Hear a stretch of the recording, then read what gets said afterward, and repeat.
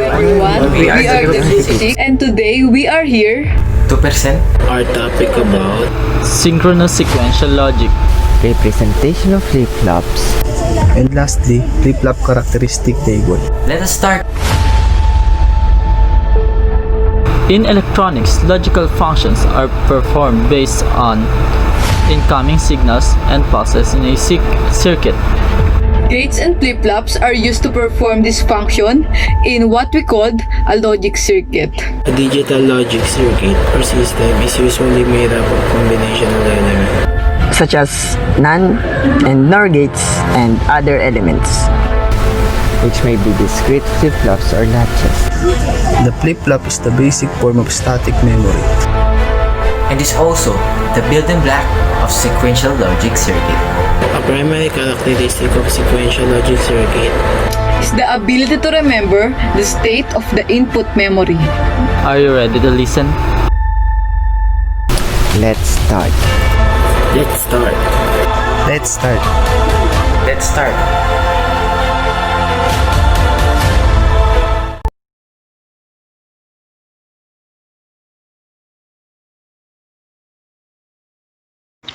What is sequential circuit?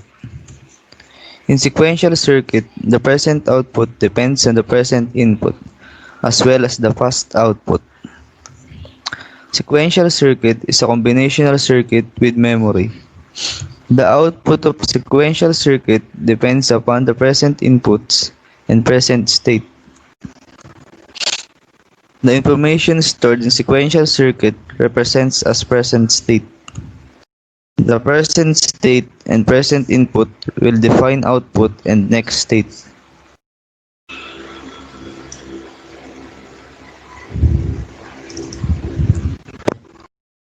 For example, this is my combinational circuit. Here's my present input and here's the present output. The present output depends only on the present input. Then if we convert this combinational circuit to sequential circuit, we have to take this output and store it to a memory.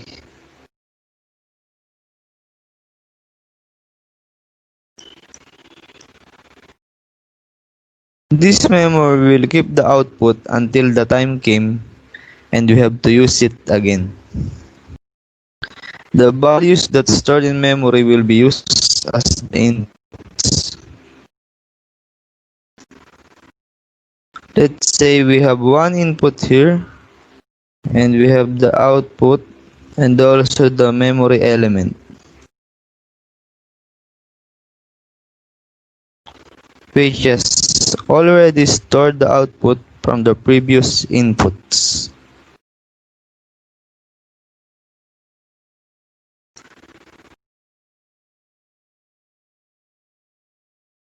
So this will become our past output, and this past output will go to the input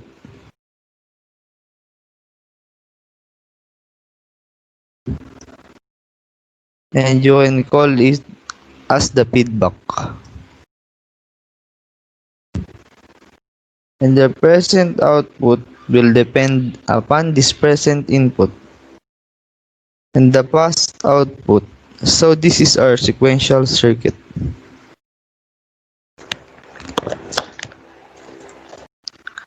Clock generator and clock sequential circuit. A clock generator is an electronic oscillator that produces a clock signal for use in synchronizing a circuit's operation. The signal can range from a simple symmetrical square wave to more complex arrangements.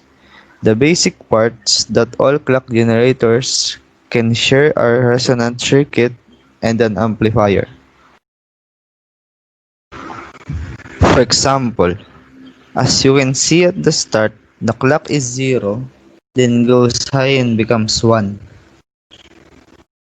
And the time for which it is high is equal to the time for which it is low. Then again, it becomes low for the same time and then again high and repeats. To find out the time period of this clock, let's say T. then this will be the time period of this clock.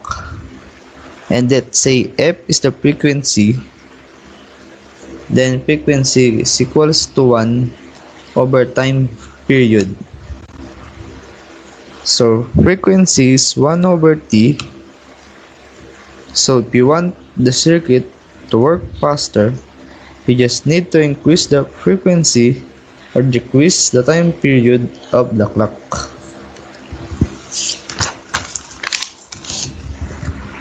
Now, this clock is given to the sequential circuit. Let's say this is the sequential circuit and assume it is an SR flip-flop. So there will be S as the input, R as the second input. Q and Q bar are the outputs. Then I will give clock as one of the input. Let's call it CLK for clock. Now the circuit or the flip-flop will work only when this clock is high. It means it will be functional. The flip-flop will be functional for this time only, but only for this one and for the next high pulses. Latches. Latches are the smallest building blocks of memory.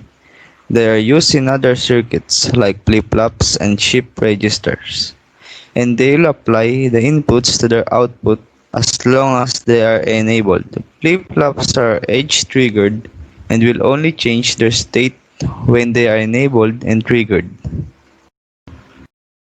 The only thing that decides whether a circuit is acting as a latch is this control input. If this control input is not a clock, just enable whenever this is high. Here's the enable sign, the EN. The latch will operate, so when this is enabled, it means it is level triggered. It is sensitive to the level triggering. It means that if enable something like this, then this circuit will be operational when the enable is high for these periods. And the circuit will not be operational when the enable is low for these periods. Whenever it is the case, it will act as the latch.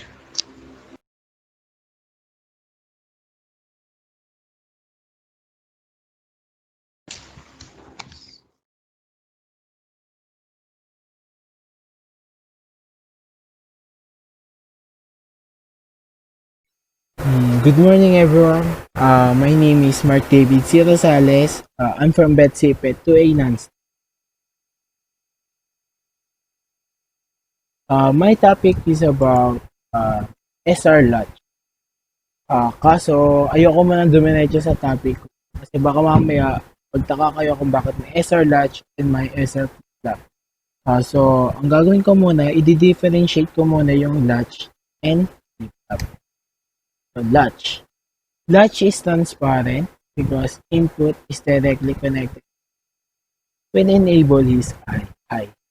It means latch is sensitive to pulse duration, also called soft barrier. Samantalang flip-flop is a pair of latches, master and slave flop. Flip-flop is sensitive to pulse transition. So kung kanina yung latch ay sensitive to pulse duration, ang flip-flop naman is sensitive to pulse transition. The signal only propagates through on the rising falling edge, also called hard barrier. So yung latch daw ay may mas konting gates na ginagamit kumpara dun sa flip-flop dahil nga 2 or more latches yung flip-flop, so automatic maraming gates siyang kailangan gamitin. And then Yung latch daw ay mas mabilis kumpara sa may flip-flop dahil nga mas konting logic gates ang ginagamit sa latch. So, mas konti yung path na dinadaanan ng circuit. So, mas mabilis na tatapos yung circuit niya kumpara dun sa flip-flop. And then, latch require more tool manipulation and more hand calculation to verify that they meet time. And then, the flip-flop is easy to check design timing using static timing analysis tools. And then latch cycle borrowing to gain more setup time on the next register stage as long as each tool completes. To meet the timing in the design, designers consider latches to adjust timing. Samantalang sa flip-flop naman, data launches on one rising edge, so it must set up before next rising. If it's arrived late, system fails. If it arrives early, time is wasted due to hard edges in flip-flop. So medyo mahirap pagdating sa flip-flop.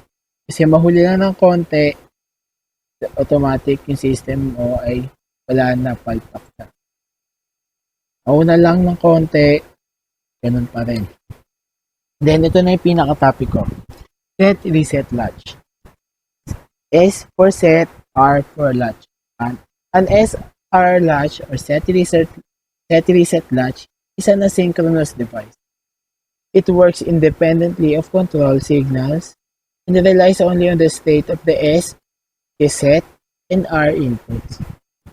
An SR latch can be created with 2 NOR gates or 2 NAND gates or more that have a cross feedback. Then, okay, di ba nga kanina nabanggit ng set reset latch ay nagko-consist ng 2 or more NOR gates or 2 or more NAND gates. So, magsimula muna tayo sa NOR gates. So, ang mapapansin niya rito sa presentation na meron muna ako nilagay na truth table ng NOR gate. Before tayo mag-proceed kasi sa cross feedback loop, gusto ko munang malaman nyo kung ano bang mas nagdo-dominate na input sa NOR gate. So, kung ang input ay 0 and 0, ang magiging output niya ay 1. Kung magiging input ng NOR gate ay 0 and 1, magiging output niya ay 0. Kung magiging input naman ay 1 and 0, magiging output niya ay 0. And kung magiging input niya ay 1 and 1, magiging output ay 0. So, kung mapapansin nyo, kapag may 1 ang input, automatic ang output ay 0. So, meaning to say, sa NOR gate truth table, mas nagdo-dominate ang 1 input. So, we can say that NOR gate has a active 1 input. So, sa case na tayo, case 1. Ito yung tinatawag na cross feedback loop. Then, on the upper right, meron tayong truth table ng NOR gate para ma-check natin kung tama ba yung pinagsasagot natin. Then, meron din akong nilagay na note dito na ipoprove natin using the different cases. So, basahin mo natin. If set is equal to 1, then Q is equal to 1. If reset naman is equal to 1, then Q is equal to 0. So, ibig sabihin, kapag ang reset daw is equal to 1, it means nag-active siya, then babalik, then ang Q magiging 0. Ibig sabihin nito, magre-restart mismo yung pinaka-diagram nyo or yung pinaka-circuit nyo. Kaya nga tinawag na reset means back to 0 or restart. Diba? Kapag naman set, ibig sabihin, magsisimula ka pa lang. So, kaya magiging 1 siya. Okay. Let's say na, dito na tayo, sa circuit. Let's say na R is equal to 1, then set is equal to 0. So, ano nga ulit yung kanina na ang NOR gate ay mayroong active 1. Na kapag ang input ay may 1, automatic ang output niya ay 0. Yan, ganyan. May input na 1, automatic output ay 0. Then, dahil nga naka-NOT Q lang siya, siyempre, babalik na rin lang nun yung 0, which is 1 naman sa set. And then, itong Q, Itong Q nakakonect dito sa input ng, ito pang input ng set. Then itong not Q nakakonect naman dun sa ang input ng reset. So, magiging ganyan lang siya. So let's check kung tama ba yung naging output natin. So 1 and 1, 0. 0 and 0, 1. Tignan natin ngayon sa table. 1 and 1, 0. Tama. 0 and 0, 1. Tama tayo kahit na kanina, isa pa lang yung pinaka-input na nakita natin. Di ba? Tag-isa pa lang sila. Ganun. Then, meron ako nilagay dito na sa table na kapag ang reset ay 1, magiging Q niya ay 0. Then, the not Q equal to 1. Then, yung state niya ay reset. Na-prove din natin na if reset is equal to 1, then Q is equal to. So, what if naman kung gagawin nating 0 yung reset without changing the value of Q and not Q? Gagawin lang nating 0. Kasi diba kanina naka-1 siya, pero ngayon ginawa natin siyang 0. Ganun pa rin ba yung pinaka-value ng Q and not Q? So, let's check. 0 and 1, automatic. Pag may 1, di ba, ang output ay 0. 0 and 0, 1. Check natin sa table natin. 0 and 0, 1. 0 and 1, 0. So, tama. Ibig sabihin, isa pala sa karakteristik ng SR latch ay nag-i-store siya ng data or may memory na nangyayari. So, meron akong table na ginawa dito na even the reset is equal to 0, the value of Q and not Q still the same. Ibig sabihin, no change. Dahil nga, nag-store lang siya ng data. Okay. Case 2. Naman tayo sa case 2 naman. Okay. Yung set naman yung gawin natin 1. So, kapag, diba, NOR gate, kapag may 1, automatic ang output ay 0. Then, babalik na rin lang siya. So, magiging 1. Then, dito, mapupunta dito sa isa. Yung not Q, mapupunta sa reset na input, which is 0. Yan. So, let's check kung tama nga ba yung pinaka-output natin. 0 and 0, magiging output ay 1. 1 and 1, ang magiging output ay 0. 0 and 0, magiging output ay 1. 1 and 1 ay magiging output ay 0. So, tama pa rin tayo. Then, na-prove din natin, if the set is equal to 1, then the Q is equal to. Okay. Paano naman kung gawin naman natin 0 and 0 again yung set and reset? Mag-i-store pa rin ba siya ng data? Yan ang pinaka. Mag-i-store pa rin ba siya ng data? Okay, check natin. 0 and 0 is equal to 1. Tama pa rin. 0 and 1 is equal to 0. Tama pa rin. So, ibig sabihin, so, kahit na ano mangyari, basta 0 and 0 yung pinaka-output ng ang set and reset sa NOR gate, SR latch, yung pinaka-nahuli niyang value ng Q and not Q, ganun pa rin siya. Nag-i-store lang siya ng data. Then, okay, ayan. Ngayon, ito na ngayon yung table natin for case 2. So, makikita nyo rin dito na kahit na naging 0 yung set, ang value ng Q and not Q ay still the same. Yung state niya ay no. And then, case 3. Sa case 3 naman, what if ang magiging value ng R and S is equal to 0? So, ganun pa rin. Kapag may 1, automatic ang output ay 0. Then, crossfade. Ganyan, magiging 0, 0. So, ibig sabihin, Q and not Q is equal to 0. Ibig sabihin, ito bawal to. Kasi paano, kaya nga, one of the purpose of SR latch is to reset the circuit. Para hindi ka na mapagod, ganun. Kailangan mo nang kapag inactive mo yung reset, babalik sa dati yung circuit. So, ganun. paano ngayon kung 1 and 0? Parehas siya. Una-una, yung Q and not Q, di ba dapat magkaiba sila ng output? Ibig sabihin, kung 0 to, dapat 1 to. Kung 1 to, dapat 0 to. So, bawal. Yung ganitong, ganitong input. Kapag nag-1 yung reset and then yung set ay nag-1 din, bawal yung ganitong case. Not allowed. And then ito yung pinaka-to table. So, if set is equal to 1, then Q is equal to 1. If reset is equal to 1, then Q is equal to 1. So, dito naman tayo sa NAND gate. NAND gate. So, to table muna. Mapapansin nyo naman dito, kapag ang input ay 0 and 0, magiging output ay 1. Kapag ang input ay 0 and 1, magiging output ay 1. Kapag ang input ay 1 and 0, magiging output ay 1. Kapag ang input ay 1 and 1, magiging output ay 0. Meaning, kung mapapansin nyo, kada may 0 yung pinaka-input, ang magiging output niya ay 1. Diba? Nung nag-1-1, ang naging output niya ay 0. So, tandaan na kapag may 0, magiging output niya ay 1. Ibig sabihin, mas nagdo-dominate yung input na 0 kaysa sa 1.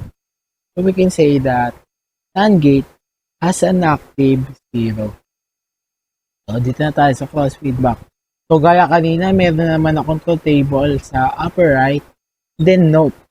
Kaso, kung mapapansin nyo, nakalagay ay, if set is equal to 0, then Q is equal to 1. Then, if reset is equal to 0, then Q is equal to 0. So, huwag kayong malilito di ba nga, ang NAND gate ay may active 0. So, ibig sabihin, kapag may 0, then Q, kapag active yung set, then Q is equal to 1.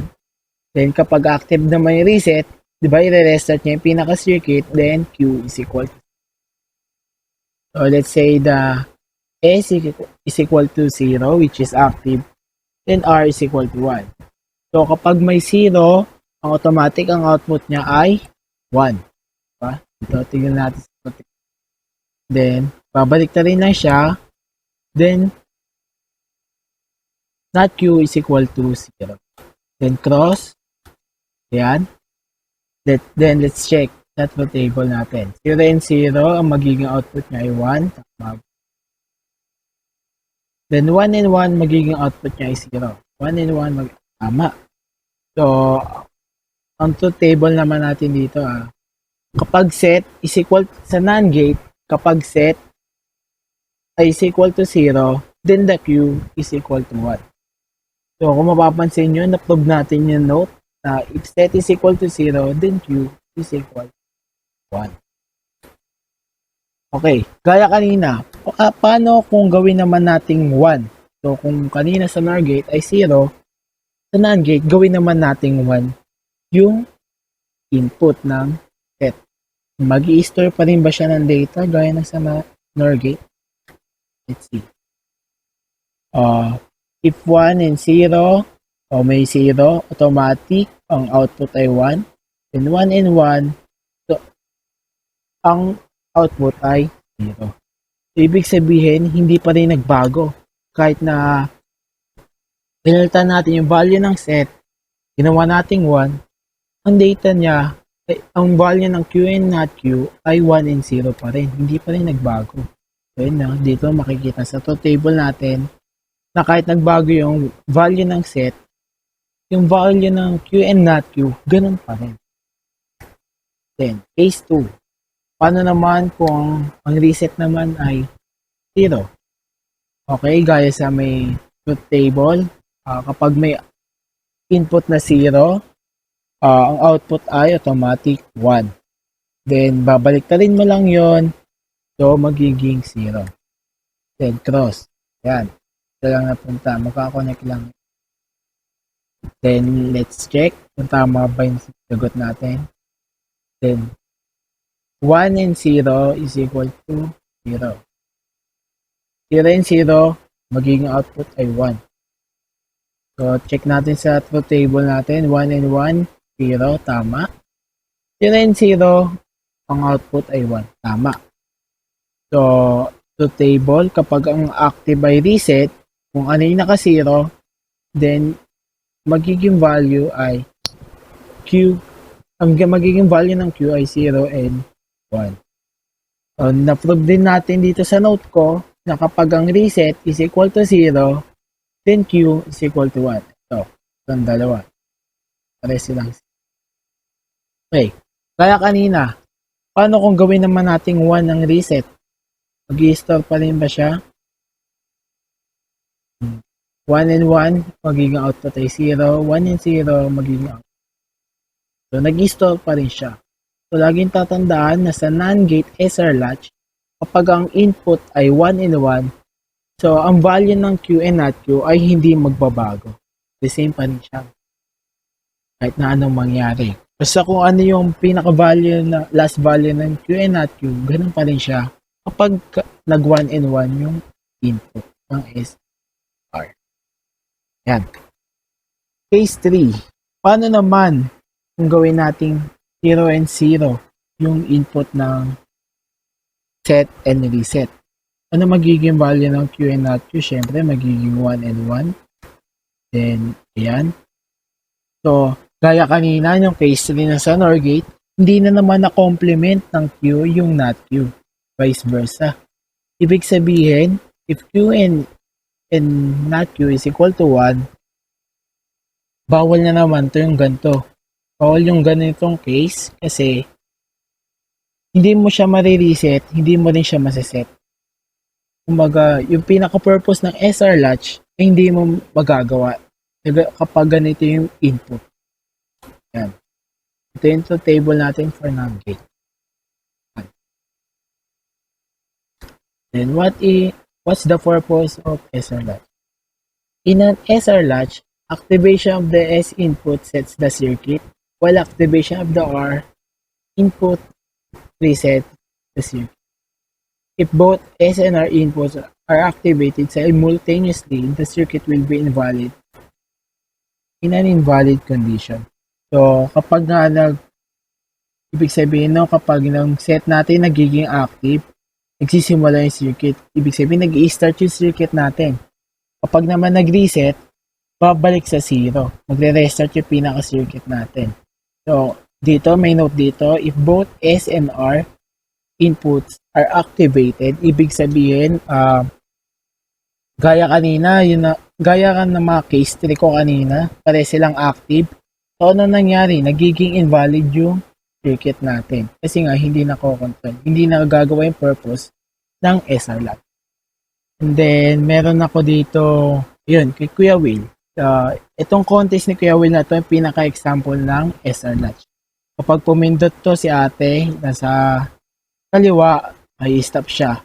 Pagtapos ng pinaka-round, ayan. So, mali-restart siya. So, ayun. That's it. Sana ho may natutunan kayo dito, kahit konti lang. Sana rin nakinig kayo. Ayun lang.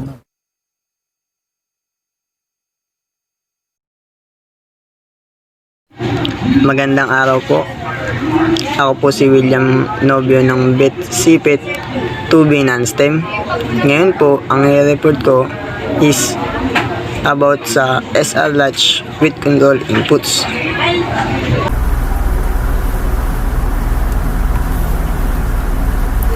Gated SR latch. The gated SR latch is a simple extension of the SR latch which provide an enable line, which must be driven high before the data can be latched. Even though a control line is now required, the SR latch is not synchronous because the input can change the output if the enable line held high at length. When the enable input is low, then the output from the N gates must be also low.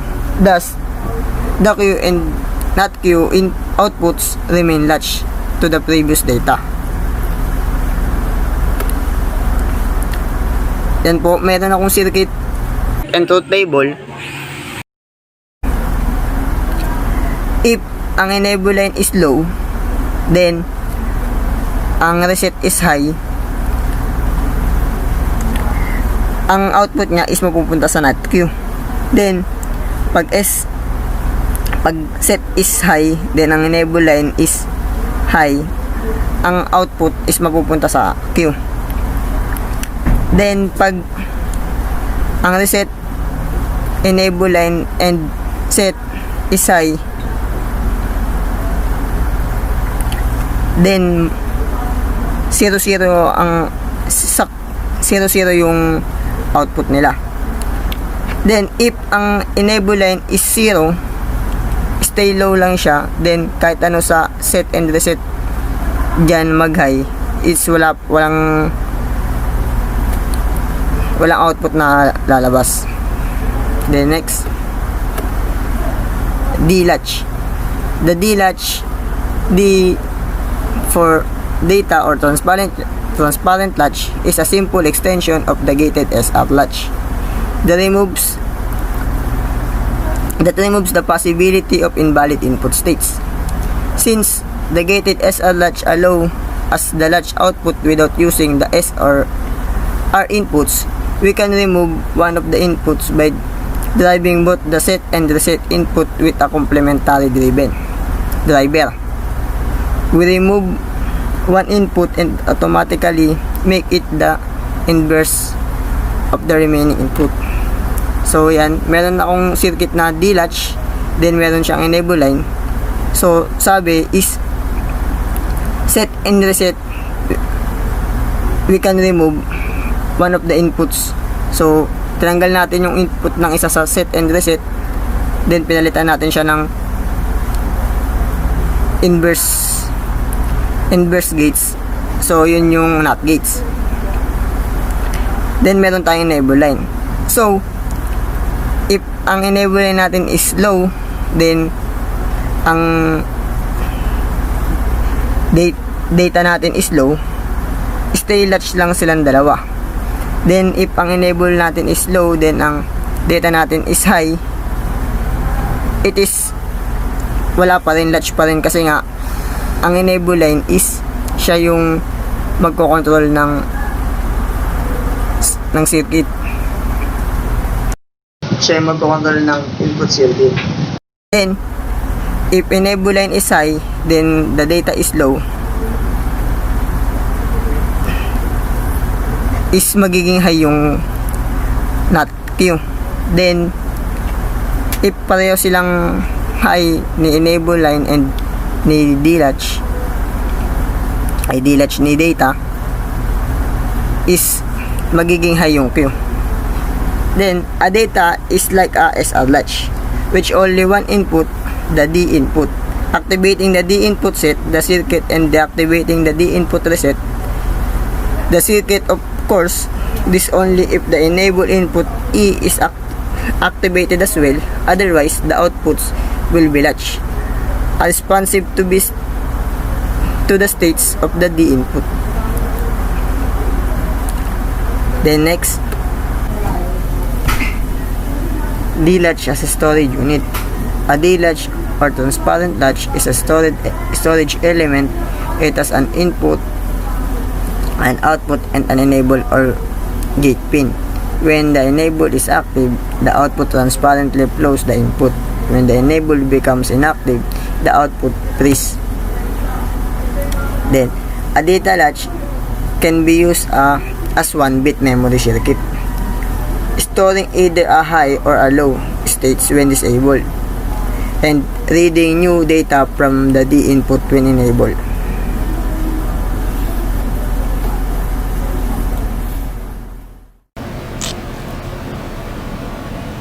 Hello guys, I am Gabriel Cyberc and I am going to introduce you to flip-flops. So, what is flip-flops? Flip-flop is the common name given to two-state devices which offer basic memory for sequential logic operations. Also, flip-flops are heavily used for digital data storage and transfer and are commonly used in banks called registers for the storage of binary numerical data. So, all in all, flip-flops are responsible for storing data or transferring it to another kind of machine. So, next would be identifying the four kinds of flip-flops. Four basic kinds of flip-flops. So, mag-start tayo sa SR basic data storage device, the most basic of all the bistable latches and bistable multivibrators is the set res or SR flip-flop. Next would be the D-type.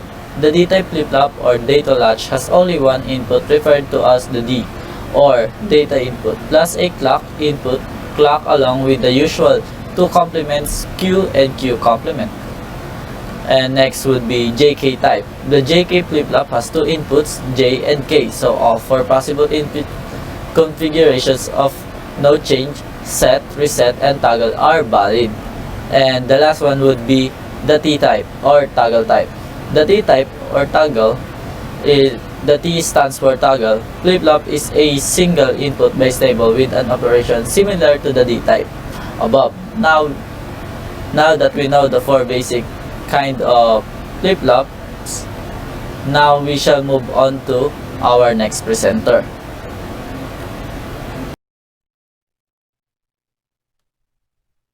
Hello everyone, this is from BET-CpET 2A non-STEM, and I'm going to represent the SR flip-flop. The one I'm going to discuss is the SR flip-flop, the truth table, the characteristic table, and the excitation table. The formula of the SR clock flip-flop, and the NAND and NOR gate, and the clock SR flip-flop. SR flip-flop are actually an application of logic gate. When a certain input value is given to them, they will be remembered and executed. If the logic gate are designed correctly, a higher application of flip-flop is helpful in designing better electronic circuit. The most commonly used application of flip-flop is the implementation of feedback circuit, as a memory relies on the feedback concept. Flip-flop can be used to design it, basically like clocks. Yeah. The formula for the clock SR flip-flop is this. The SNR with the asterisk here means that it is inside the SR latch. S is equals to S times C component is equals to S component plus C. The that here is the AND gate, and the plus here is the OR gate. So, and the last one is the NOT, the overline here, it's NOT. So R is equals to R times C component is equals to R component plus C component. The S here is the set, the R is the reset, the C is clock or control input. So the truth table here is for the NOR gate, and it will be explained later on. So this one is important for the characteristic table. So the characteristic table here is where is it? This one, this. So the QN here is the present state, and then this one is the one with present state. So S and R here is 0, that means it's the memory, so it is going to be a 0. So when S is 0, R is 1, it is 0 because it is a reset state. So S is 1 and 0 on the R side, the result would be 1 because that is the set state. When S is equals to 1 and R is equals to 1, this one is called invalid or not allowed. So when Q is 1 here and then there's these 2, it's almost the same as the 0 and 1 here. So 0 and 0 would be result to 1 because the previous state is recalled to 1. And when S is 0 and R is 1, the QN here is 0 since it's a reset state. and 1 on S side and R is 0, it's the set state. It would be set state, and then S and R 1, the value would be invalid or not allowed. So this is the excitation table. If Qn and Qn plus 1, which is this one, when the value on S is 0 and 0, the value here is 0. When there's only one high, that means it's invalid. So the Qn and Qn plus 1 here is 0 and 1, so this one and then this one. Take a look at this. This is the S, so the value here is 1, so just place the 1 here. So R here is 0, 0. So the next one is 1 and 0, so 1 and 0. Oh, wait, this one, not this one. So 1 and 0 here is here. There it is. So when S is 0, 0, just copy it, and then R is 1, then 1. Okay, now it's 1, this one. Qn and Qn plus 1, 1, 1, and then the value here is 1, 1. So S here has 0 value on the first one, and the second one has 1 value. That means it's invalid. So the other one is R 0 and then 0, that means 0. That's pretty much it. Why did I explain this excitation table? This is useful for conversion and convert, and then the flip-flop conversion. That's pretty much it. And then the SR flip-flop for NOR gate. The design of such a flip-flop includes two inputs called the set, which is the variable S, and the set, which is the variable R. There are also two inputs, Q and not Q. The diagram and truth table are shown here. So this is the NOR gate, and the, what is it called again? The logic low and logic high, the input, and then this is the truth table for it. So the continuation of for the NOR gate, the operation has to be analyzed with the 4 input combination together with 2 possible previous states. So the first one is when S is equals to 1, R is equals to 0, the output becomes Q is equals to 1, Q not is equals to 0. This SR flip-flop function table is constructed based on the XOR gate.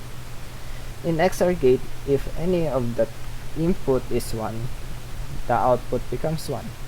In this state, when S is equals to 1, R is equals to 0, the output Q becomes set 1, so this state is also called the set states. When S is equals to 0, R is equals to 1, the output becomes Q is 0, Q not is 1. In this state, when R is equals to 1, it resets the output. So this state is known as the reset state. In both the state, you can see the output are just complements of each other, and that the value of Q follows the value of S.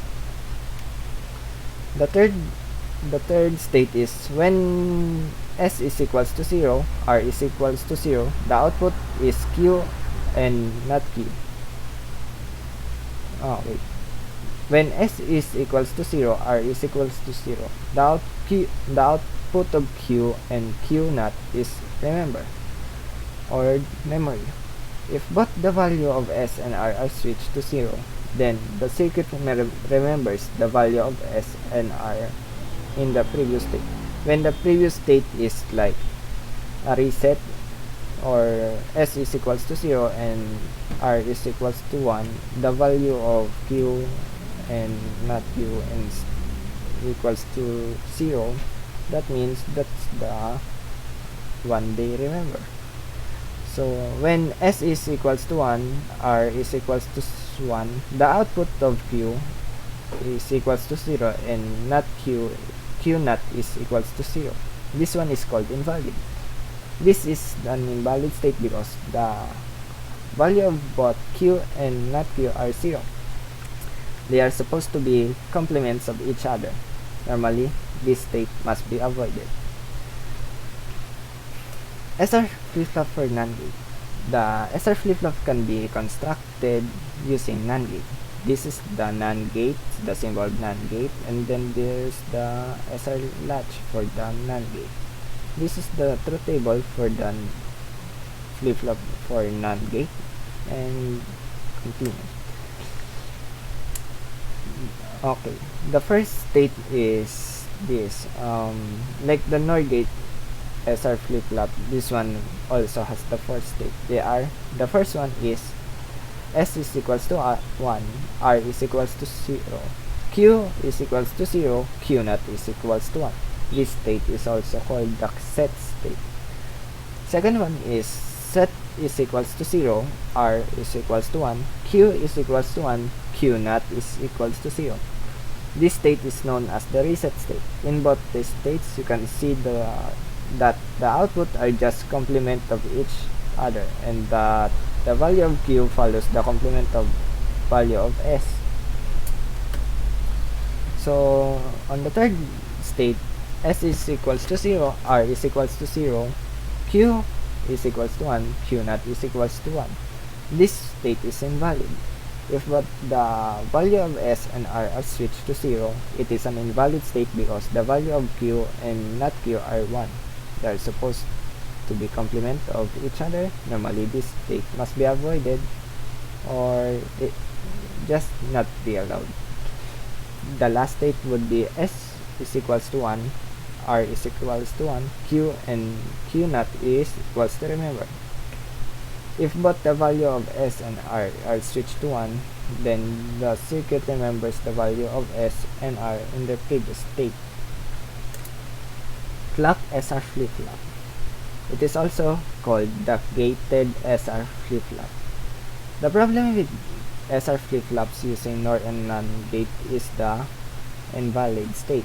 This problem can be overcome by using the bistable SR flip-flop that can change output when certain invalid states are met, regarding of the condition of either the set or the reset input.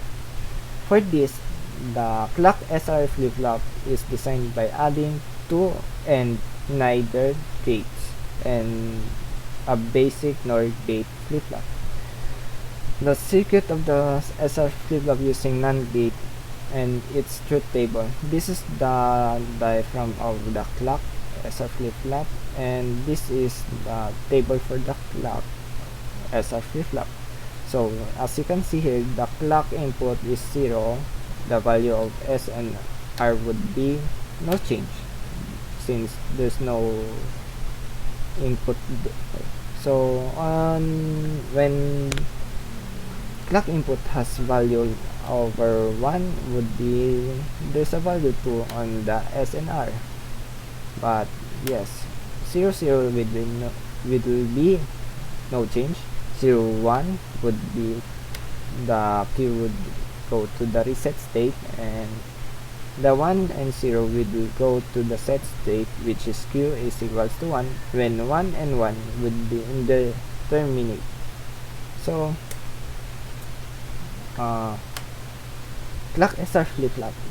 A clock pulse CP is given to the input of the AND gate. This CP is the clock input. When the value of the clock pulse is 0, the output of both the AND gate and AND gate remains 0. This makes the value of at S and R to pass through the NOR gate flip-flop, but when the value of both S and R value turn 1, the high value of CP causes both of them to turn to 0 for a short moment. As soon as the pulse is removed, the flip-flop state becomes intermediate. Thus, Either of the two states may be caused, and it depends on whether the set or reset input at the flip-flop remains at 1 longer than the transition to 0 at the end of the pulse. Thus, the invalid state can be eliminated. Thank you for listening Thank you for listening with me, and have a nice day. So, bye.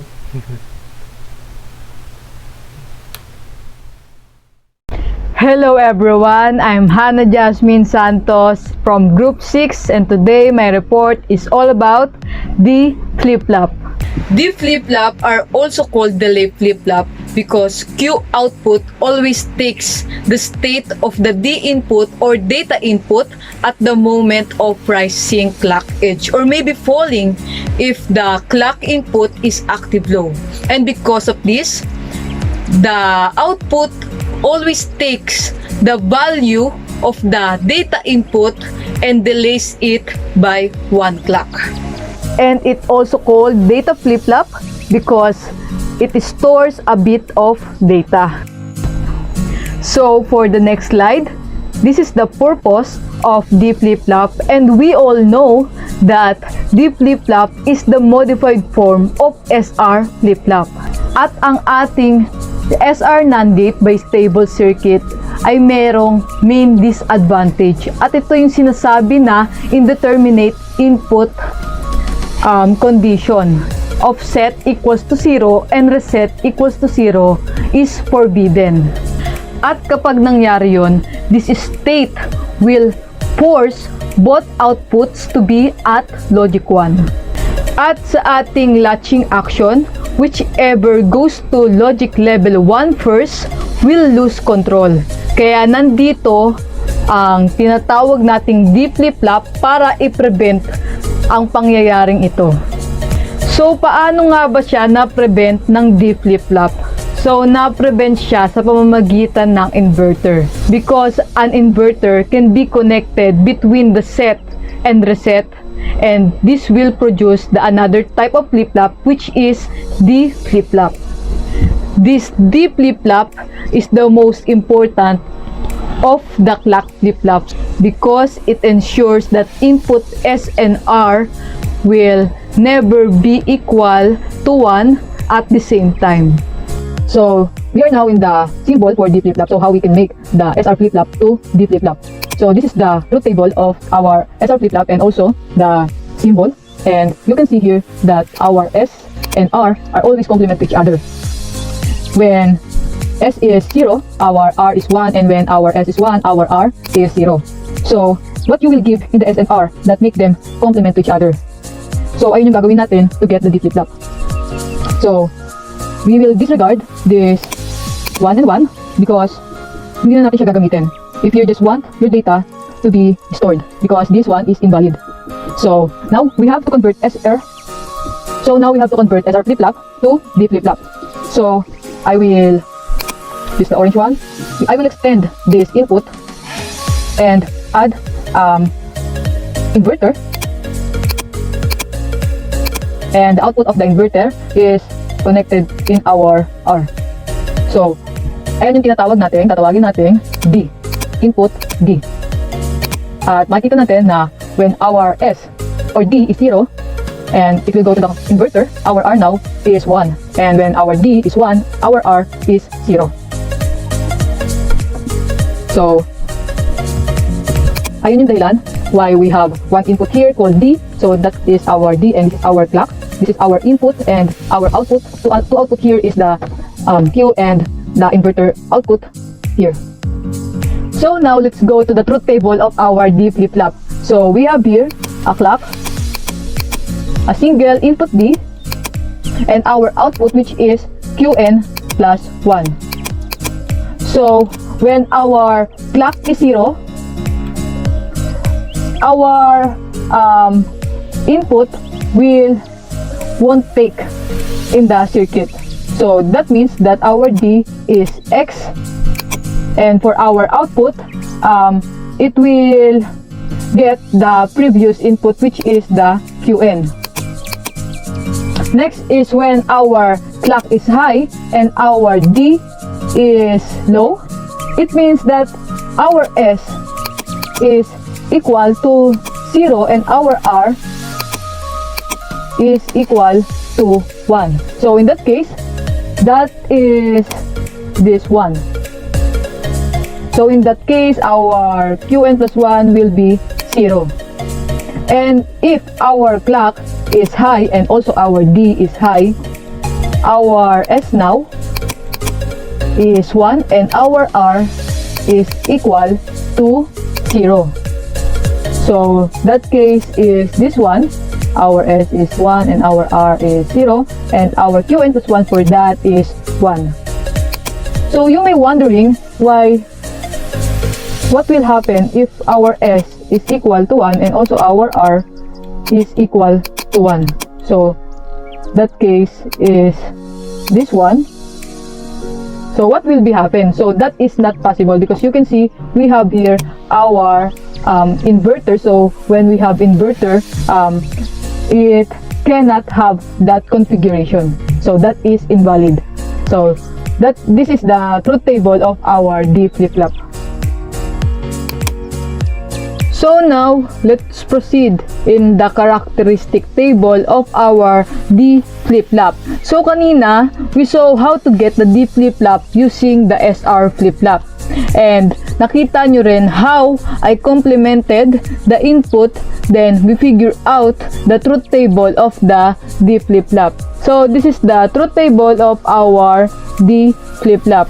And you can see here if the clock is low, kung ano man ang value ng ating D ay hindi maapektuhan ang output nitong ating Qn plus 1 at mananatili pa rin na it will have the previous value stored, which is the Qn. And if our clock is high and our D is low, our output will be low. And when they are both high, our output will be high or 1.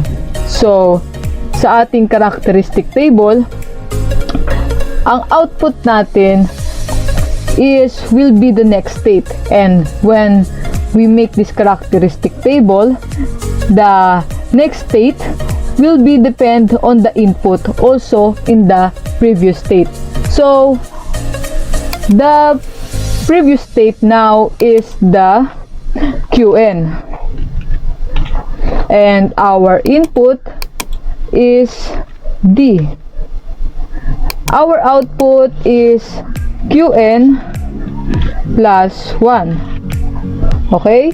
Then, the possibilities combination of our input will be 0, 0, 0, 1, 1, 0, and both 1.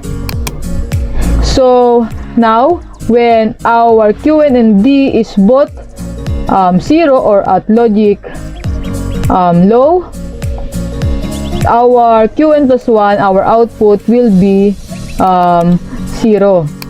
And when our Qn is 0 and our D is 1, our output will be 1. And when our Qn is high and our D is low, our Qn plus 1 or our output will be 0. And when our both input Qn and D is both at logic 1, our output now will be at logic 1. So, ano napansin nyo? So, nakita natin na ang Qn plus 1 pala ang ating output is equal to our input D. So, Qn plus 1 is equal to our D. So, that is the characteristic table of our D flip-flop. So, now we will simulate the D flip-flop and we will make this circuit in our Logisim and we will see if this truth table is correct. So, now let's go. And you can see here the 5 NAND gate, also our input D and clock, our output Q and not Q. And now we will connect this circuit. So, This D is connected here.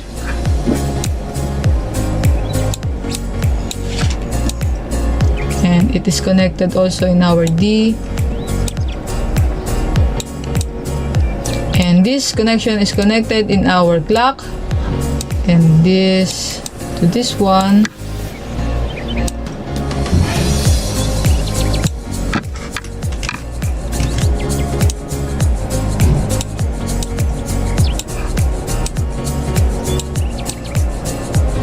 And we will connect this in our output. And this to this connection. Okay. And now you can see that our clock and D is both at logic 0. So our output is no change. And when we make our clock at logic 1, you will see that our Q is 0 and our Q naught is 1.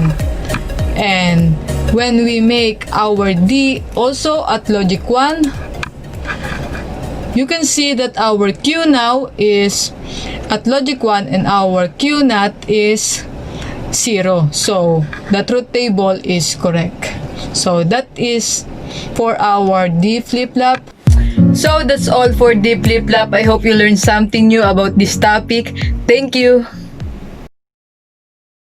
Hello everyone, my name is Patrick Eugene Bisacuesa from BET-CpET 2Y non-STEM, and today I'm going to discuss about how does a JK flip-flop, race around condition, and master JK flip-flop works.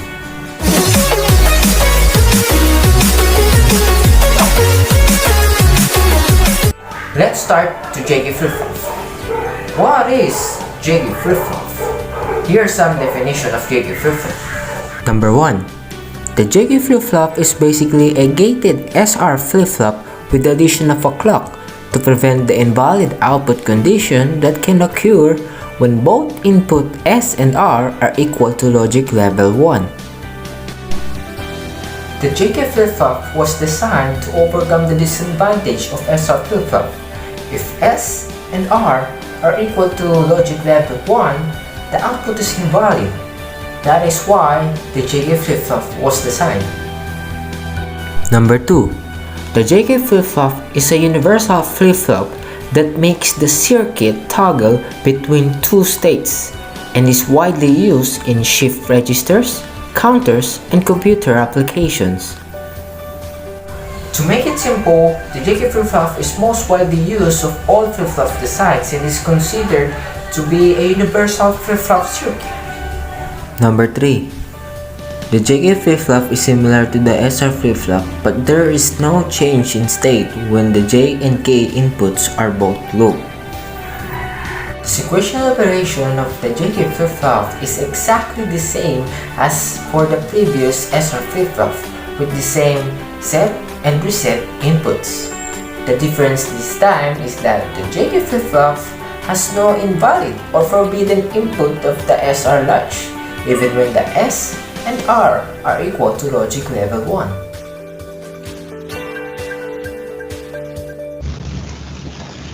Now, as you can see at the truth table, if the clock signal is 0, the output is memory. And if the clock signal is 1 and J and K is equal to 0, the output is still memory. Now, if the clock signal is 1 and J is equal to 0, K is equal to 1, the output is 0, 1. If clock signal is 1 and J is equal to 1, K is equal to 0, the output is 1 and 0. Now, as we remembered in SR flip-flop, if the S and R are equal to 1, the output is invalid. Now, what will happen if J and K are equal to 1? Let's say that the Q is 0 and the Q bar is 1. The 1 at the Q bar will appear at this input, and the 0 at the Q will appear in this input. And J is equal to 1, the clock signal is equal to 1, and K is equal to 1. Now, in the first NAND gate, the inputs are 1, 1, 1, so the output will be 0. In the second NAND gate, the inputs are 1, 1 0, so the output will be 1. In SR latch, if the inputs are 0 1, the output will be 1 and 0, 1 and 0.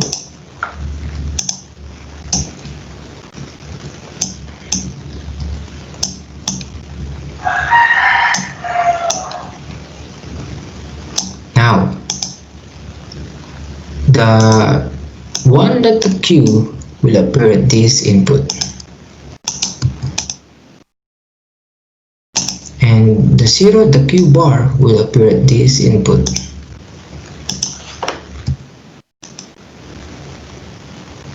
So, in the first NAND gate, the inputs are 0 1 1, so the output will be 1. In the second NAND gate, the inputs are 1 1 1, so the output will be 0. Now again, in the SR latch, if the inputs are 1 and 0, the output will be 0 and 1. 0 and 1.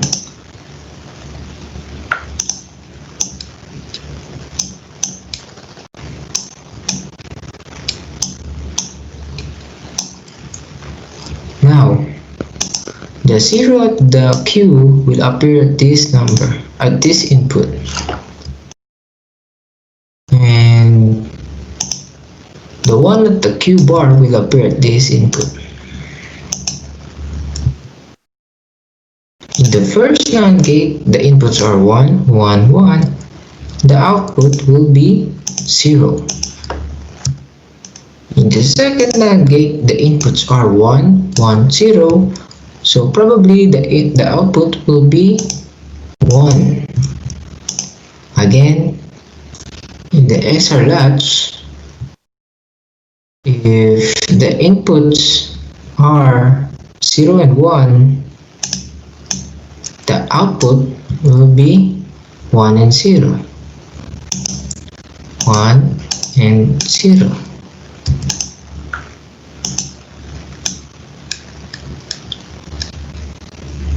So as we can see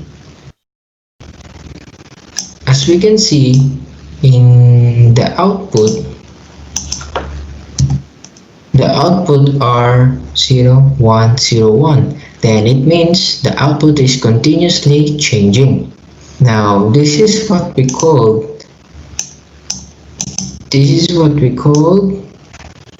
toggle. So if the clock signal is 1 and J is equal to 1 and K is equal to 1, then the output will be toggle. So this is the truth table for JK flip-flop.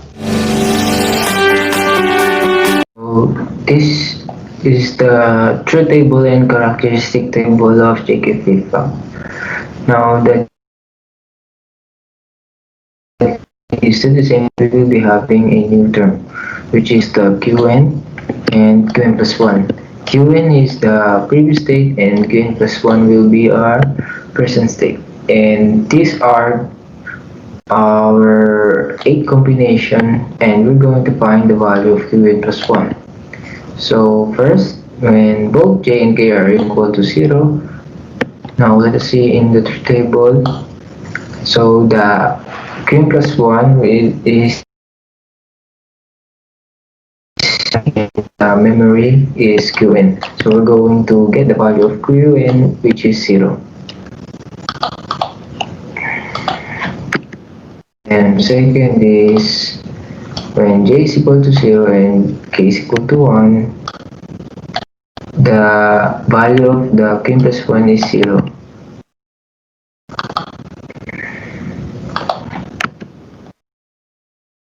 Then when J is equal to 1, the value of Qn plus 1 is 1.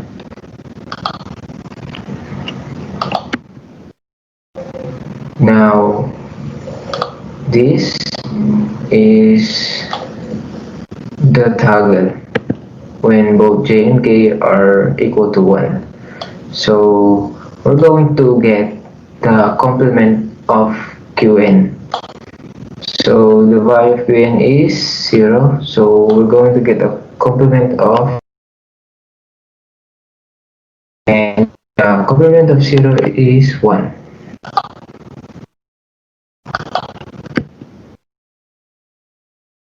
Now when both j and k are equal to 0, again the output is memory, and the value of qn will be 1.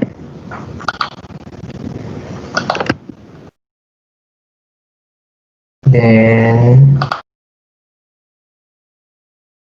when j is equal to 0 and k is equal to 1, the value of qn plus 1 is 0.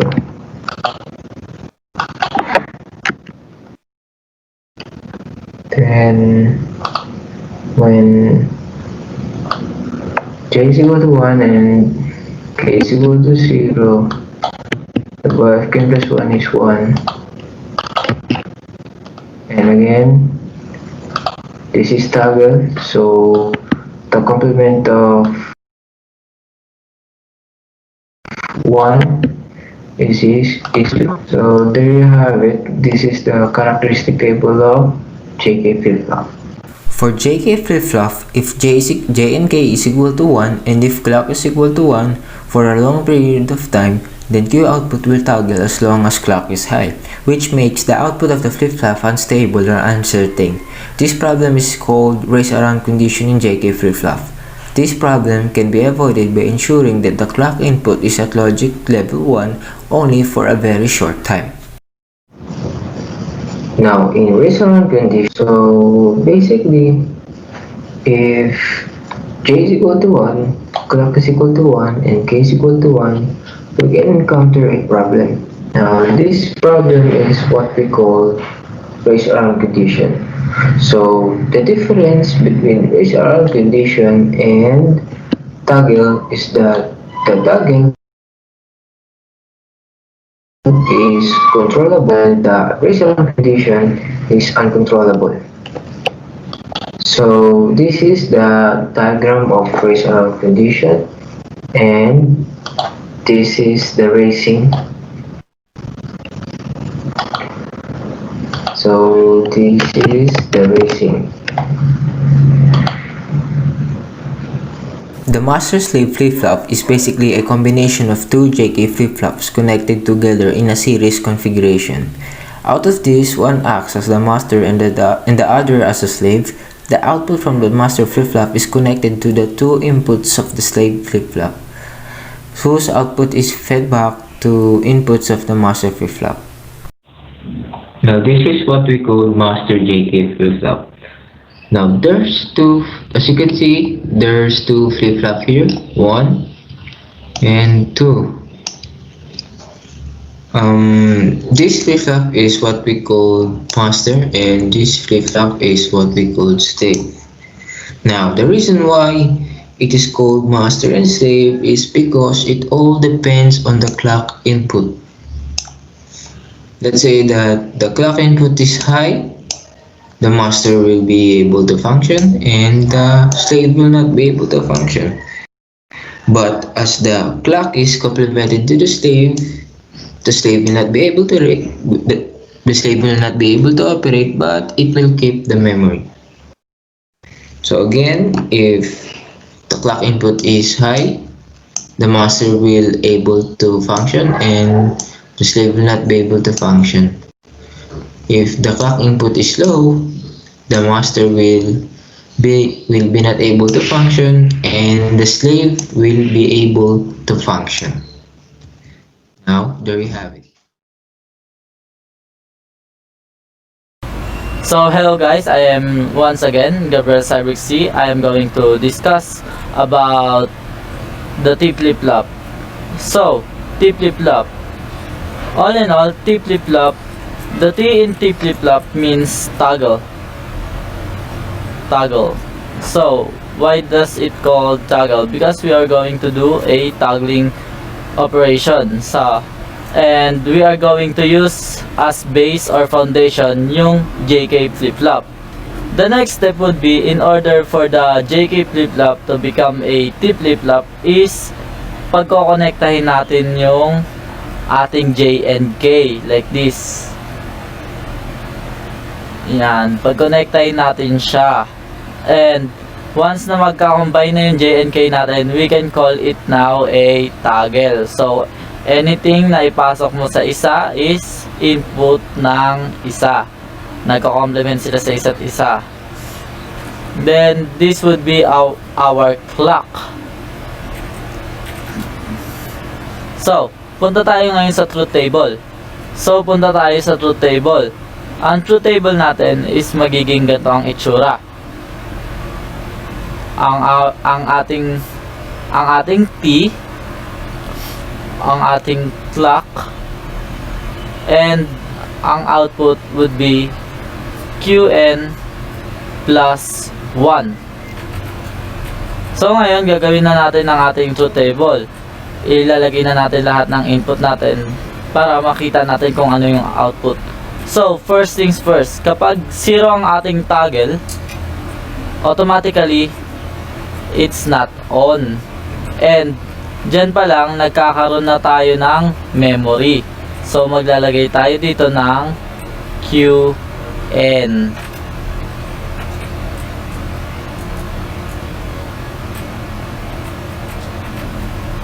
Mali. Tama. Qn, which is a memory. The second would be kapag 1 ang ating toggle, 1 din ang ating K automatic na yon, kasi nga T, J, and K magka-connect. And ang ating clock is 0, magkakaroon din tayo ulit ng another Qn, kasi na-write natin yung previous input, another memory. Last would be, what if kapag ang ating clock is both on high, 1 both, 1 toggle, 1 clock. Diyan na tayo magkakaroon ng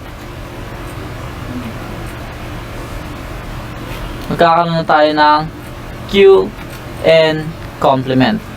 And that is how T flip-flop works. Thank you.